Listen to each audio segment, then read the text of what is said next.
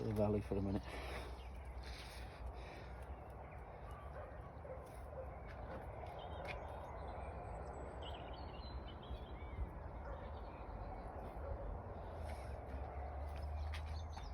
So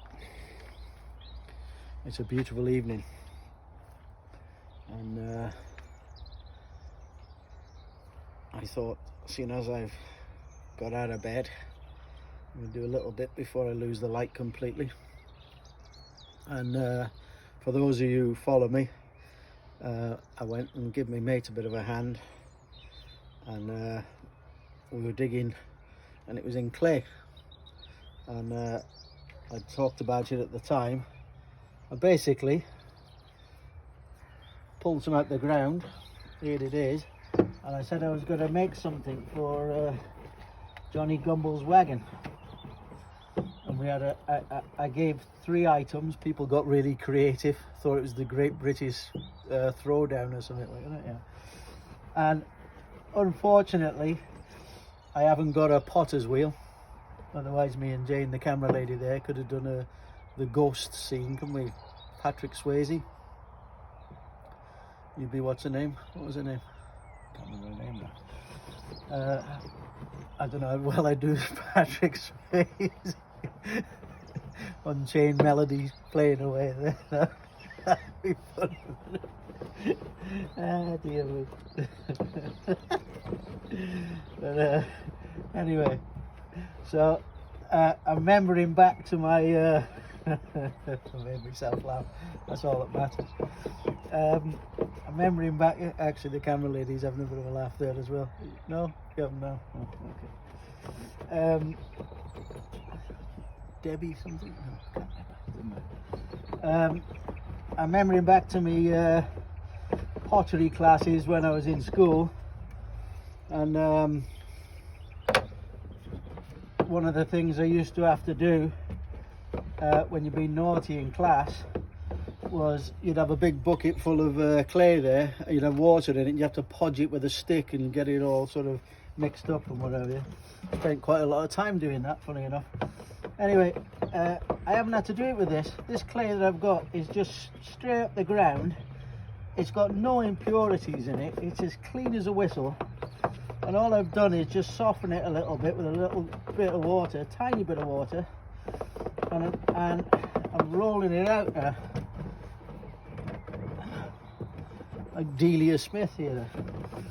And remembering back to my art classes quite a while ago, and what we do is we'd prepare the clay, and then you'd want it to go what they call sort of leather hard.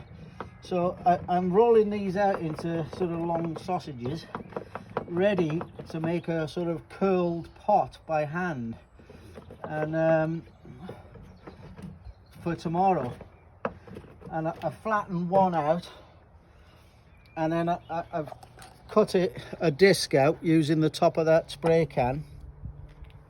So that's for the base tomorrow, and I'm winding these out. So I'm getting ready to sort of roll them out, and all you got to do then is wet it.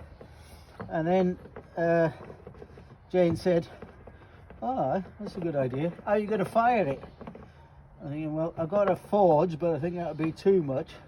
But over there I have got a pizza oven which I built. So I reckon I can get that somewhere near hot enough, I think, to fire it as well. Just to bake it and make it go hard. So what I've done is these, I'm going to do one more, and then I can sort of start wrapping them around, doing like a snake, and smooth it all out and put a handle on it and everything, and make that milk jug that we talked about for Johnny Gumbel there.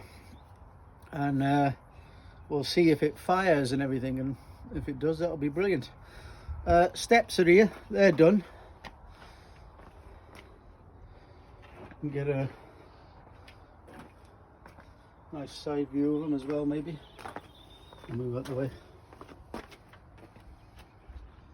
Really pleased with them, really pleased. They've all been varnished as well because they're steps. Obviously people are going to be walking on them, so they need a coat of varnish. Wherever you're not sort of walking on or handling a lot, it doesn't need it, but they definitely do, but I'm really happy with how they've come out. So leave you with a view of the valley and the sound of the birds rather than me.